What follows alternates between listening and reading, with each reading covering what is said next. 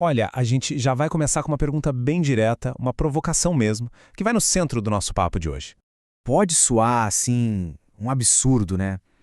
Mas a verdade é que, para muita gente, essa pergunta é levada bem a sério.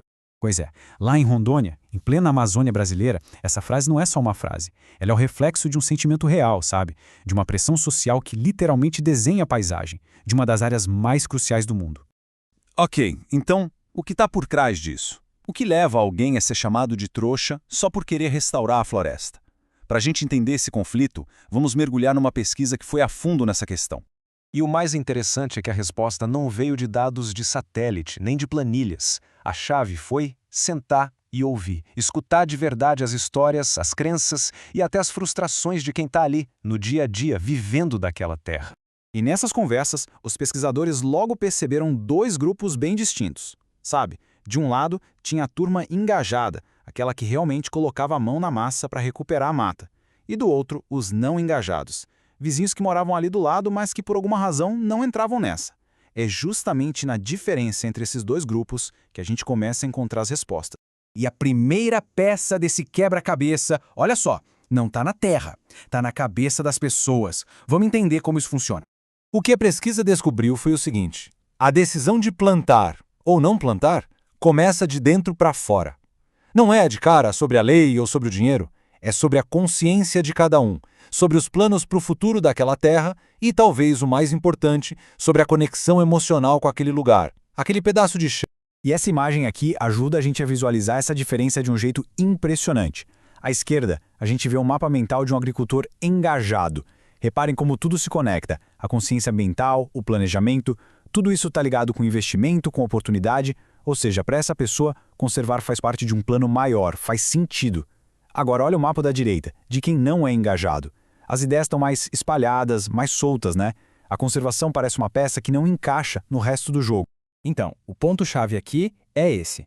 Para quem decide restaurar a floresta, essa atitude não é uma coisa isolada, sabe? Ela está totalmente amarrada em quem a pessoa é, em como ela enxerga o próprio lugar no mundo e o que ela quer para o futuro da sua terra.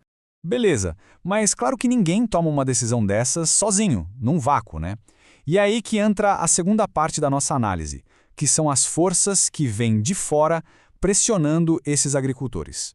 A gente está falando de tudo aquilo que vem de fora da fazenda, sabe? O apoio técnico que chega ou não chega, as notícias que ouvem no rádio e, claro, as leis, as políticas do governo, tudo isso. E foi aí que a pesquisa bateu num muro. Um muro de desconfiança, mesmo. Um sentimento muito forte, sabe? Que vem de um histórico de promessas que não foram cumpridas, de projetos que não deram em nada. E esse ceticismo, nossa, ele pesa demais na hora da decisão. E essa imagem mostra bem o resultado disso.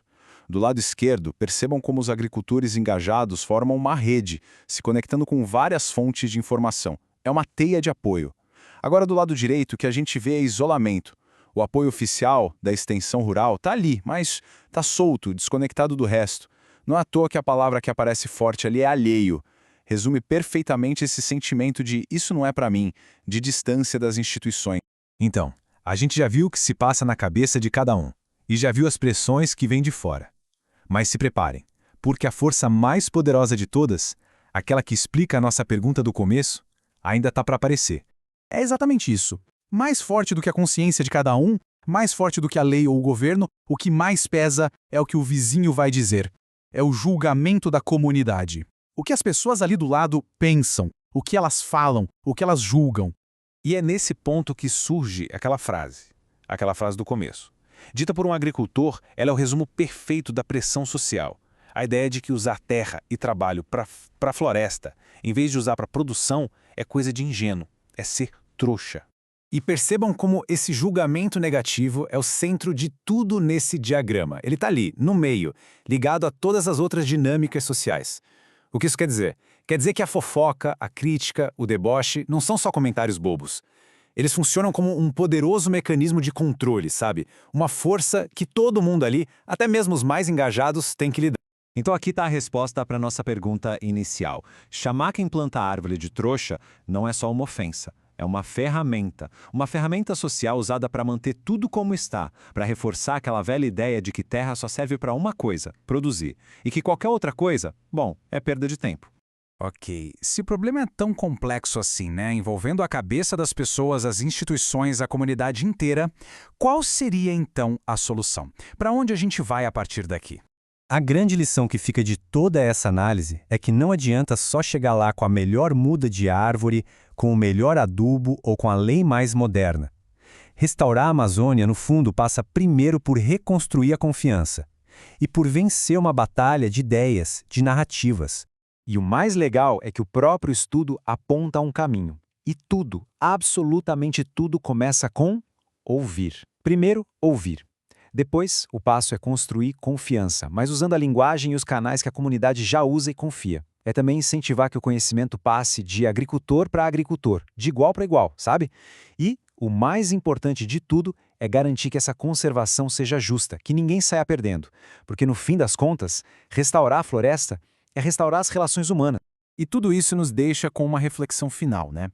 E se a chave para a gente conseguir restaurar o nosso planeta não estiver tanto no solo, na técnica, mas sim nas histórias, na nossa capacidade de finalmente ouvir, entender e valorizar as histórias das pessoas que chamam a floresta de casa?